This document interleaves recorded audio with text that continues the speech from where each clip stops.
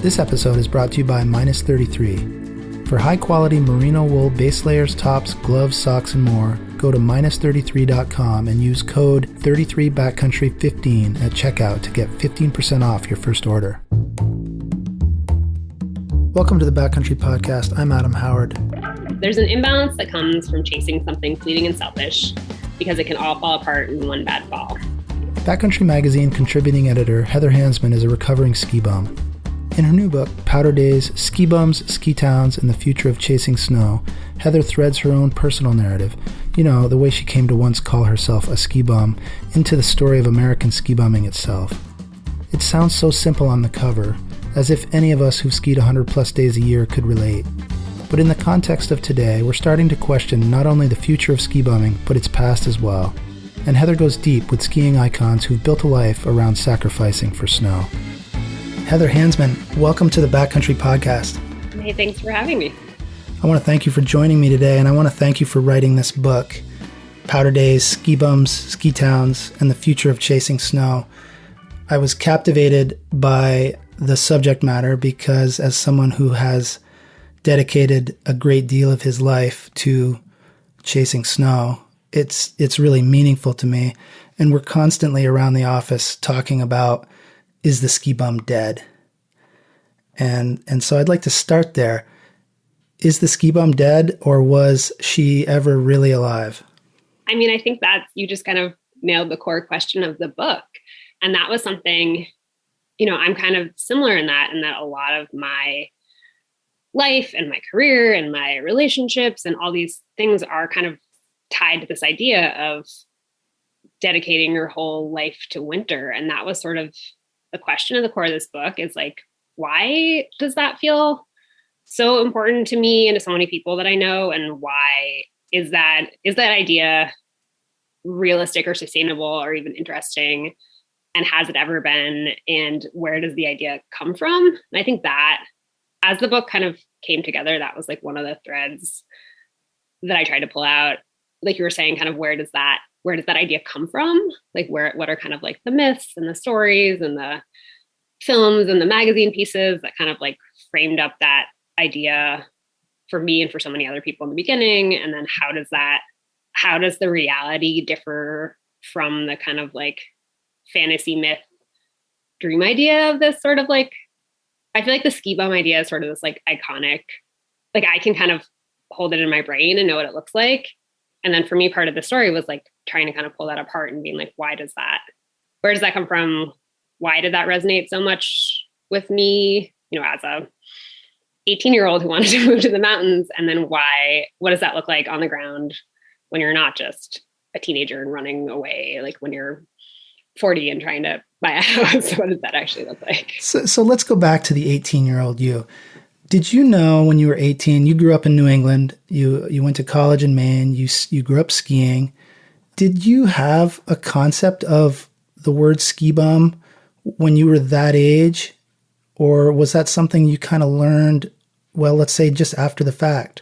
Yeah, I think I also don't love the phrase ski bum. It feels like a little too cheesy and like pat to me. But I think this idea of like, I'm going to move to the mountains and that will be the organizing principle of my life was something that felt really core to me from a fairly young age. And like, I grew up, basically in Boston. Like I'm like a city kid. And so I think part of it for me was like this idea of adventure and this idea that I would kind of like be cooler and tougher and braver and better if I could like be this thing that I had seen in the movies, and if I could be Ingrid Backstrom or whatever the thing was. So let's talk about where the adventure started for you, and certainly you talk about it in the book. And for the folks who haven't read this yet, who will read it, no pressure. You're a big part of this book. You interlace your own personal narrative with all these exceptional ski bums, and I'm going to go back to that just because it's something that people understand or think they understand, and it's certainly part of your title. So you go traveling around the U.S. to Aspen and Jackson and Tahoe, etc. And you meet these folks that have made it. who have been ski bums or currently are. And it's a great narrative. I've read a lot of these books that interlace a personal narrative with a greater context. And this to me may be one of the best examples of how to do it right. It's really, really good. So where did that adventure start for you? You start in the East, you got a car, you got some friends, and you head west, and you don't know where you're going, but you're going to go. Tell us the story a little bit. I guess like on the most basic level. So like you mentioned, I went to college in Maine. I was, I spent my summers working as a raft guide. I was kind of already doing this like seasonal mountain town thing to a degree. And I had this idea that I wanted to move to the mountains after I graduated. And part of my personal narrative in this is that this was 2005, 2006, before the recession. I think it was sort of at a time where it felt like that I'll move to the mountains and then I'll figure things out. It felt a lot more accessible. I think the economic pressures have changed a lot. But this kind of like friend of a guy I loosely knew, who ended up being my boss for several years, but we were at this, like raft guide costume party bonfire. And I was sort of like, I think I want to move to the mountains. And this guy I didn't really know was like, I can get you a job, like call me in the fall. So he ended up, I get into this in the book, but he was like, he's this like very bald guy and he was wearing this mullet wig at the party. And I was like, I think this guy offered me a job, but I don't totally know what he looks like. Like I kind of had this very loose idea, but he ended up getting me and my two best friends from college job scanning lift tickets at Beaver Creek. So we like packed up our little, 2-wheel drive hatchbacks and moved to Colorado. And from there I did kind of I scanned lift tickets. I was one of those like yellow jackets, speed patrol people. I waited tables. I was a babysitter. I kind of like fell into this mountain town, do whatever you can to make it work. And it's interesting.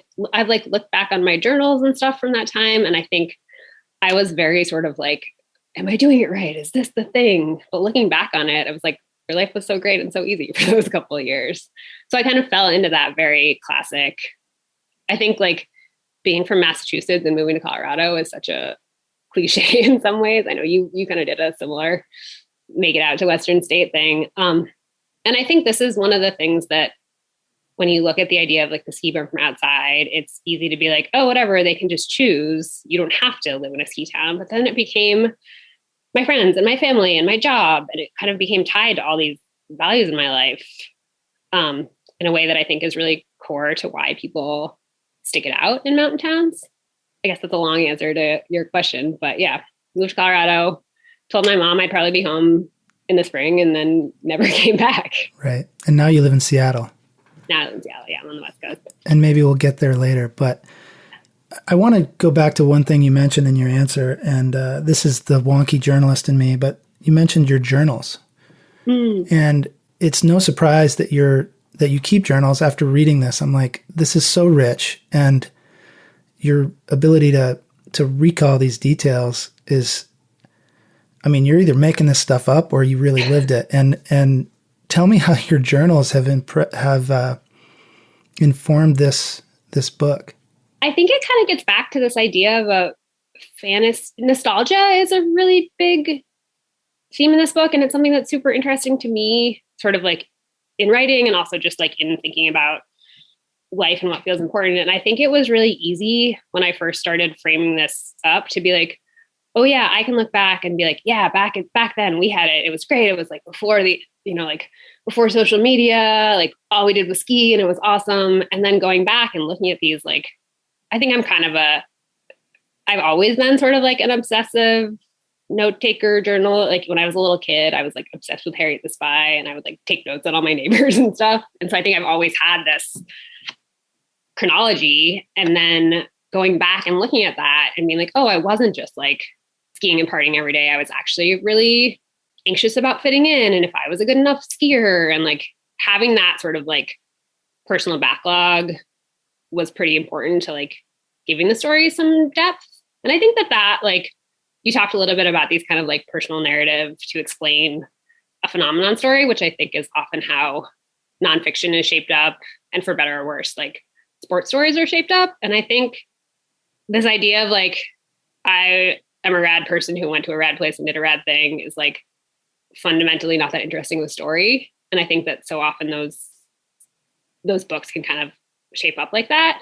And for me, it felt really important to like, it's reporting. Like it felt really important to have that kind of, even on my own life, to have that kind of like real context and like, okay, it's not just the shiny side didn't feel that interesting to me, I guess. So I wanted to make sure I had my own real baseline and other, like one of the coolest parts in reporting this is how open people were to talking about it.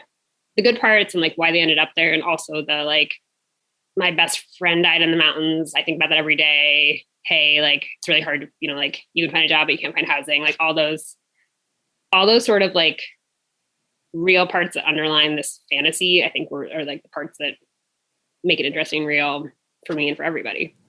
So some of this, it struck me is you're trying to sort out the ski bum myth, and in a little way, at least, you're sorting out your own past. Why do you want to sort out your own past? I guess we all do to a certain degree, but yeah, sometimes I'm like, did I write this book just to like figure out what to do with my life?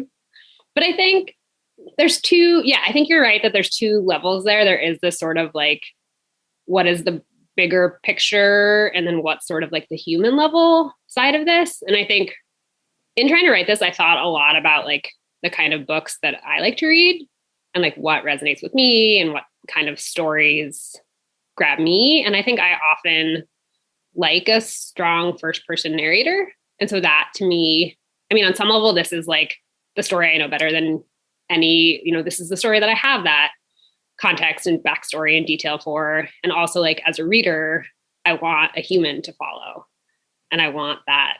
So I think on some level it was strategic and on some level I just like lucked into trying to muddle through my own life. Well, let's have you read a little passage, if you will. Absolutely. Yeah, I was thinking I can read a little bit just kind of from the intro. And we talked a little bit about my kind of like path out to the mountains. And so this part is right after that kind of first winter. For me, it flipped into a fixation fast. Skiing threaded through everything, from the jobs I chose to the people I loved. I spent that first winter believing that skiing could be enough. In May, I signed another lease and then another. But like any obsession, the reality was more complicated. Even calling yourself a bum signals a level of privilege, and many people who claim the identity often come from money, and lots of it, which affords them the rag bottom lifestyle in the first place. There's an imbalance that comes from chasing something fleeting and selfish, because it can all fall apart in one bad fall. Scanning lift ticket sucks. Ski towns and the built-up fantasy land of resorts can be havens for inequality and abuse. Skiers are gone to excess, and there's plenty to go around. When I moved to Colorado in 2005, risk was everywhere, but in a way that felt exciting. I liked the brag of drinking too much, and I was too naive to notice harder drugs. Climate change seemed vague and theoretical, and no one I knew had died in the mountains yet. The Great Recession hadn't shaken my generation's idea of stability, and corporate entities were just starting to binge buy resorts. I didn't understand the direct connection between my rampant anxiety and my relentless impermanence, and I thought living in my car was cool. I thought I could exist like that forever. But skiers know that a turn only looks elegant when it's in motion. It breaks down and loses its grace if you stop moving, and ski bumming is sort of the same. It exists in a liminal space, one that seems particularly fragile now, as resorts consolidate, climate change turns its screws, and economic inequality underscores existing disparities that concentrate in vacation towns. Personally, politically, and ecologically, skiing is changing. It's hard to live forever in the bubble, and it's particularly hard when it's squeezed by unreal expectations and shrinking spaces.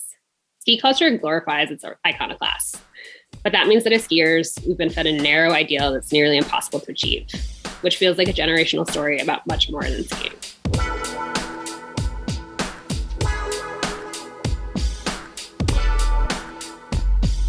This is one of your themes, and you take on many heady issues. You just listed several of them, but I'd like to start with the term ski bum or dirtbag, which, comes from the climbing vernacular, but certainly we've all used it before. It's a bit of a choice and it's a bit of a luxury. You may go without healthcare, but you probably had healthcare. You may go without a car, but you might have had a car. You may be sleeping on a couch, but you probably had an apartment. so these choices and so many people that gravitate towards ski towns do come from a pretty monolithic culture. Most of them are white. Most of them come from middle to upper middle class to wealthy families. And so I wonder if in your research, I know you're kind of both celebrating and critiquing the ski bum, but the term bum is so relative, right? It's a choice. And so few people actually in this world have a choice. And I think you do a great job dissecting that dynamic, but it's kind of painful to, it's kind of tough to read at times because you're like, wow, geez, what am I really? All I ever wanted to be was a better ski bum, but maybe I've never been a bum in my life. Yeah, I think skiing's it's thorny in a lot of ways. It's both in terms of like what skiing can look like in the future because it's so privileged, and also like who gets to call themselves a skier. And it's interesting you mentioned climbing because I thought about that a lot, this sort of like dirtbag living in the edge that is so core to so many kinds of like outdoor sport, like climbing, surfing, whatever it might be. And skiing is so specific in that because there's so much more like infrastructure that you need to do it, even just in terms of gear, in terms of like where you can go, in terms of access. So yeah, you're on some level, skiing feels so good that I think like everybody ideally should be able to do it. But I also know that that's like fundamentally unrealistic and getting harder, considering how sort of like the resort infrastructure, which I know is like not exactly our bag here, but like the mountain town sort of like affordability, accessibility, like all that stuff. On some level, I think dirtbag is like this, I don't know if like ironic is the right word, but I think skiers are often, and I totally include myself in this, that you're kind of searching for this idea of like connection and simplicity and like just chasing a feeling. And I think you have to do a lot to get there. So there is this sort of like artificial layer that you have to fight through. And I think the dirtbag is sort of claiming that like, hey, look, I'm not here for the scene. I'm not here for the like fanciness. I'm just here for the feeling. Well, the truth is, and I don't know that anybody would debate this, but if the ski bum ever really existed, it is certainly harder to do that now. And I think what we're seeing in mountain towns, and I know you wrote this book, over the last several years, I'm guessing it's coming out in November here of 2021. There's this COVID thing. And COVID, as we all know, has taken any kind of tenuous situation and made it worse in many ways. And we're seeing this play out now in ski towns. There's not an operator in the country or a civic leader in a mountain town that's not like, we're in for a real bumpy ride here. Labor's a problem. Cost of living is out of control. In these ski towns, you talk to Benny Wilson in Jackson, and, he grew up there or moved there at a very young age and was part of that nascent kind of upsurge of that ski resort out there at the Village and got in on the ground floor when there was a ground floor. There's really not a ground floor anymore. Yeah. Right? So I guess this is more of a question of, coming out of writing this book pre-COVID and into COVID. And now you have this whole nother, to use some Vermont vernacular, whole nother set of circumstances that are making it even more difficult to pursue this dream of skiing all the time. Have you given it thought? As you ponder this book, which isn't out yet, now you have COVID. What would you have written about if you'd started this book today? I mean, it would have been way more complicated, I think. I had a first draft of the book kind of done it was like New Year's 2020. So right before COVID hit, and then COVID hit and I was like, holy smokes, like, is anyone going to read this book? Is this totally irrelevant? Does anyone care about skiing in a global pandemic? And I think in a lot of ways, COVID, like you said, COVID has just underscored the inequalities in such a clear way. And I think in a lot of ways, like this is me being down the wormhole too much, but in a lot of ways, I feel like skiing in this is like a metaphor for how to be a human and how to like create a world that we want. And that sort of economic inequality, housing inequality, how do we create communities that are viable and livable and sustainable, I think is like one of these core questions in the book. Yeah, you have all of a sudden anyone who works in Boston or the Bay Area can like move to Vermont and bring their salary with them and buy whatever house they want and rent it out as an Airbnb, has totally upended ski town. Like my parents live in like at Cannon and Franconia now, and there's nobody who can work at any of the restaurants up there. Like there's, you know, being a like wage worker or somebody in a like, you know, like base level job in so many of the towns is just totally unlivable. And it depends, I guess, if you want to look at it from the like highly pessimistic or a little bit optimistic standpoint. And I think the highly pessimistic is like the system is so broken and it's going to be so hard to, you know, like somewhere like a Jackson or Aspen has been on this path for so long that it's so hard to work it back and get people the kind of support and services. Even if you bump wages in these towns, it's not going to even out the inequality. But I think the other side of it is like, it's feeling so obvious and real that maybe things will start to change.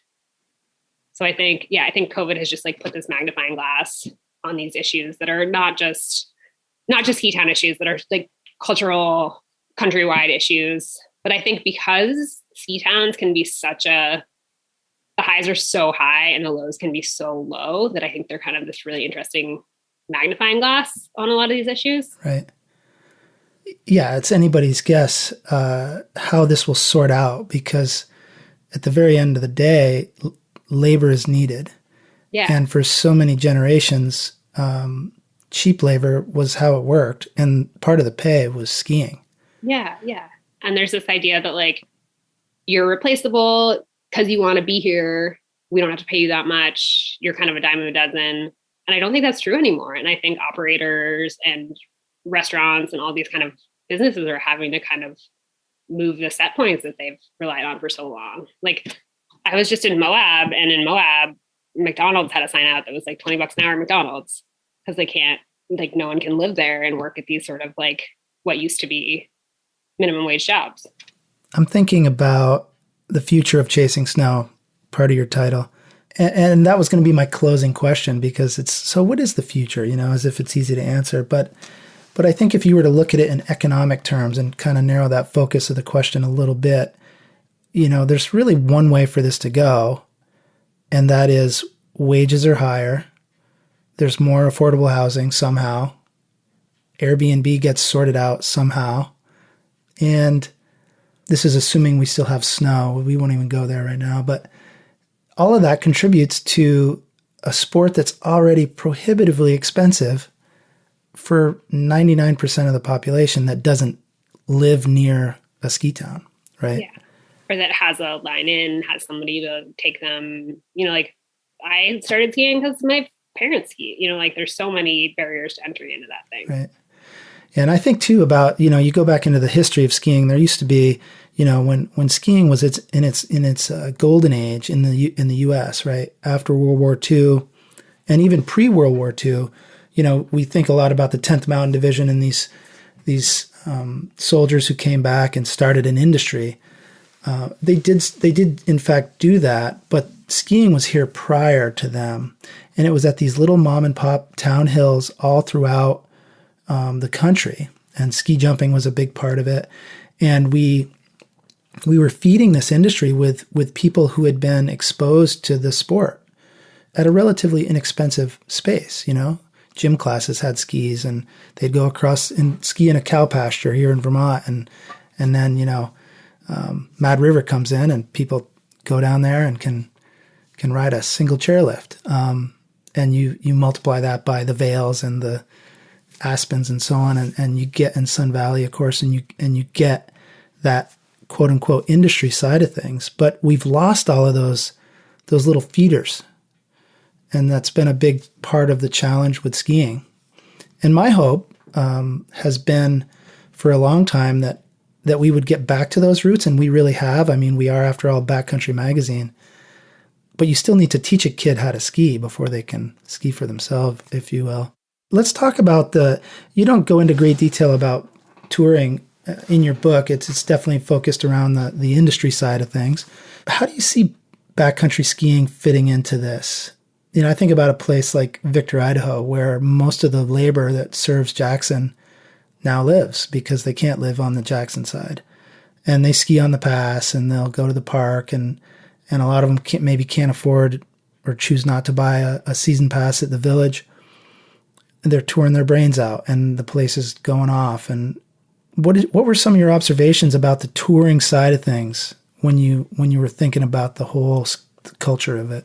Yeah, one of the I think it's interesting because that's an economic question, that's a climate question, that's tied to all of these pieces. But I saw that a lot. I see that a lot in Washington around here, where people are like, I can't afford a pass. I'm going to get into touring, even as like an entry point to the sport now, in a way that I think when I started ski touring was definitely not a first step in. That was something that came later for me. You had to practice your telly turn, right? Yeah. This dates me a little bit. I was a telly skier first. Touring is interesting because I think the barriers to entry are different in terms of obviously there's like the financial barrier for gear, but part of it is also a kind of like community. Do you have mentors? Do you have people who can bring you in, who can kind of teach you how to be safe? And I think that, which is a whole nother chunk of that kind of like equity, who gets access, who is somebody that like people from past generations see as a skier who then gets pulled in.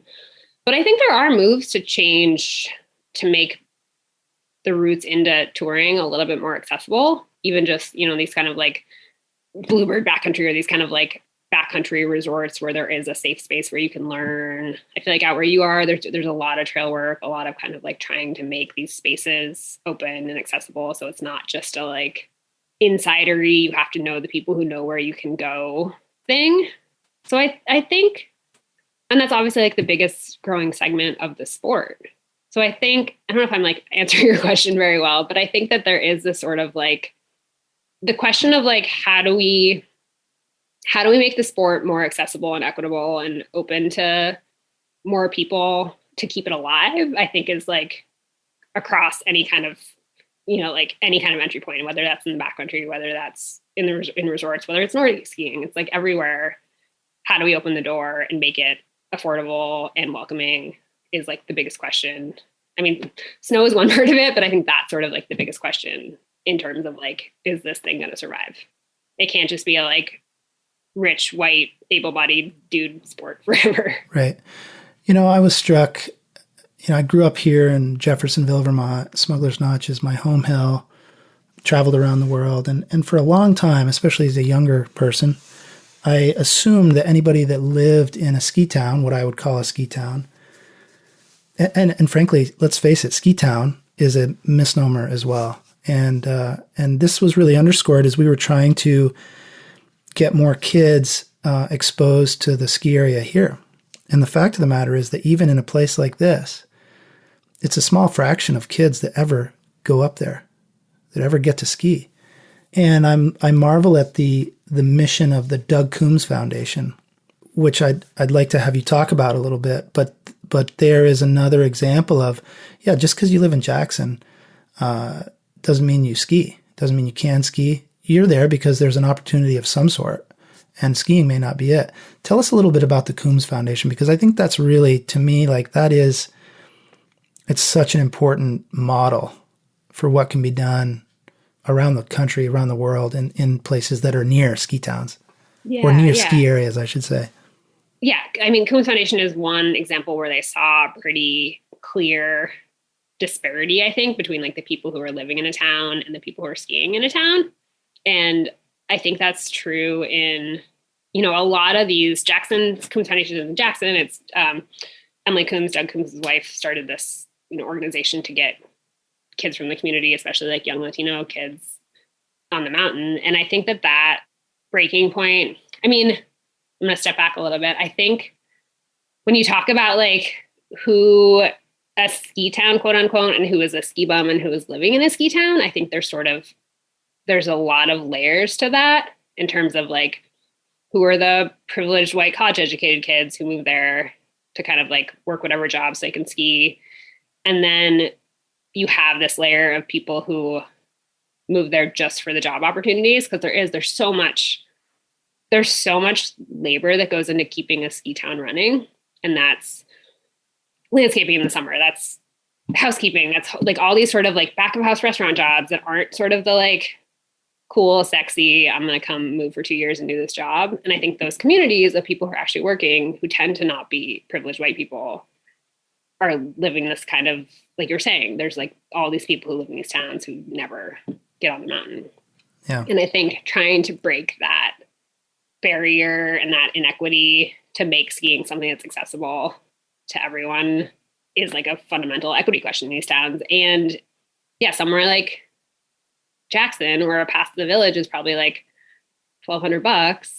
Yeah, I don't know how much a pass is there now, that even just having the access to the mountain is such a barrier. And I think you were saying like these old kind of town hills that are very New Englandy, that were a kind of like, okay, we can go, like where I grew up, we would go ski in Neshoba after school. And I don't know how much my parents paid for that, but I don't think it was very much. And you have these like program, I think even 10, 15 years ago, there were way more programs where you could get kids on the hill for a reasonable amount of money, the gym class access, things like that. And I think those places, especially in the face of kind of resort conglomerations, we're losing. It's really hard to hold on to those kinds of ski hills.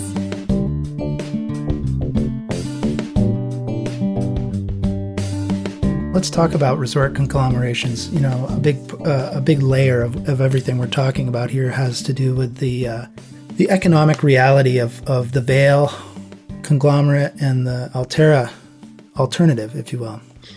And then there's the rest of the everybody else. I think in some ways it's made skiing more affordable. In some ways it's made it more exclusive. What did some of your research tell you about that dynamic? Is it just that simple, or is it just that complicated? I think it's totally both of those. And I think the passes and the group resorts have kind of made that argument. And I mean, like, that's true for me, that for somebody like me who is mobile, has enough disposable income that they can throw $700 at a ski pass, like, great. Yeah, that makes my day rate of skiing way cheaper. It gives me all these options. Cool. But if you're somebody who's like just trying to break into skiing, or who's going to ski, who's not sure if you like it, or who's going to ski 4 days a year or something like that, paying what's like a Christmas week lift ticket at Stowe or Smugs these days, like $200? Smugs is still affordable. I mean, relatively speaking, it's well south of 100. Stowe is not, and hasn't been for a long time. Yeah, like I think that this idea of like, it makes skiing more affordable to the people who are already bought in. Yeah, great. But like, what does that do for your funnel and for the people who are coming up?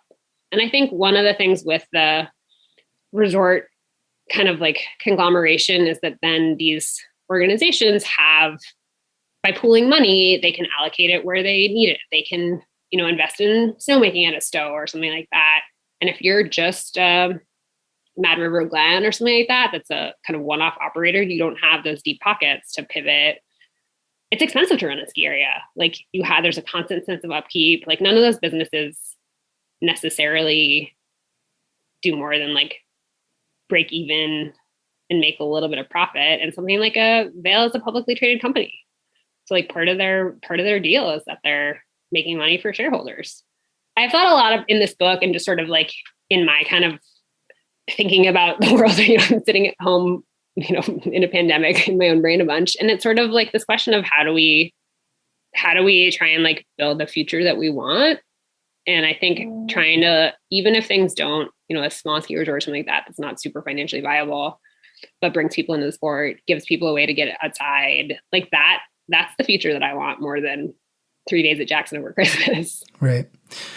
You spend a good deal of the book traveling around the country, which must have been just great. Talk about next level ski bumming. You get to travel around and visit with all these legends in these great ski towns. And that was really cool for me, knowing a lot of these names, if not the individual. But you mentioned a guy named Riley Lem. Mm-hmm. And he was one of the younger characters in your book. Worked as a tech in Big Sky. What was it like comparing his story at whatever 20 years old, 22 years old, compared to like a Benny Wilson or from the Jackson Hole Air Force legend in that zone? What did you learn that the difference was? Are they just different? Is it as simple as they're just different ages and this guy's figured it out, this guy's yet to figure it out, and maybe he's never gonna because he's not gonna be a ski bum forever? What were some of your observations there? Yeah. So Riley is this guy. He was probably 19 or 20 at the time that I talked to him. I have a buddy who manages one of the ski shops at Big Sky, and I kind of skiing around with him, and he's like, "Oh, you got to talk to this kid who works in my shop." And I went in there, and this guy Riley had just come in, and he showed up early so he could take a shower in the shop before his shift because he and a friend they were basically squatting on some undeveloped property around Big Sky. And he's a smart kid. He'd kind of looked up the squatters laws in Montana and kind of what his rights were. So he knew he had an argument if he came and got busted. But they were living in a wall tent, kind of on this piece of, land that somebody had bought but not started building on yet, because employee housing at Big Sky was so hard to get, and he didn't want to live down in Bozeman and commute because he wanted to be on the mountain. And he's somebody who, like, I think he's kind of like an old soul. Like, he kind of knew what his focus was, and he was scrapping to make it work. But he was also, one of the things he told me is he's like, I can do this. Like, I am okay living in a tent in the winter in Montana, but I don't think a lot of people would be. And I think that employee, in somewhere like Big Sky, that's sort of in a contained valley, you only have so much housing. If you're kind of pushing your workers out, only the people who are really scrappy are going to go around the system to make it work.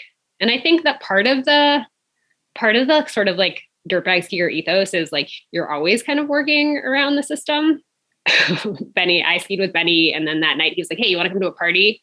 And he like snuck me into this ski instructor event so I could have free dinner, which is like part of the philosophy is like, you're kind of beating the system and you're getting the goods without, like the things that the yo-yo gapers are having to pay for. It sounds like being a ski journalist, Heather. Yeah. Where's the free beer and pizza? I'll fly across the country for free beer and pizza. Yeah.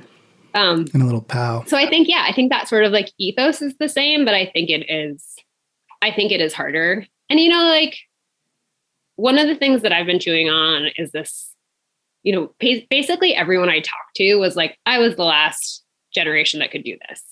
And like, I sort of feel like that about myself, but like people who were in Aspen in the 70s were like, oh yeah, it peaked. And people who were like in Jackson in the 90s were like, oh yeah, that's when it was the best. So I think there's this kind of, the baseline is constantly shifting, and some of that is perception, but I do think it's harder now too. Yeah. I think that is the real nut of it. So much of what we think about ski bumming was our own experience when we were 26 years old, ski patrolling, no kids, no mortgage. Best day ever. Now you're married with kids and mortgage and you name it. So yeah, it's all relative. And let's be clear, there's still a lot of people having a lot of fun skiing and making it happen. Yeah. Like, I feel like I get bogged in some of the hard parts, but like there is still, the good parts are almost harder to explain, I think. So like in talking about sort of like the fun and the great parts and the way it feels and the people sound sort of like cheesy and mushy, but like those parts are there too. Like there's a reason why we've like, our lives have revolved around this dumb thing. It is a silly, silly thing, isn't it? So dumb. and it draws us in so much that we build careers around it and write books about it. Yeah.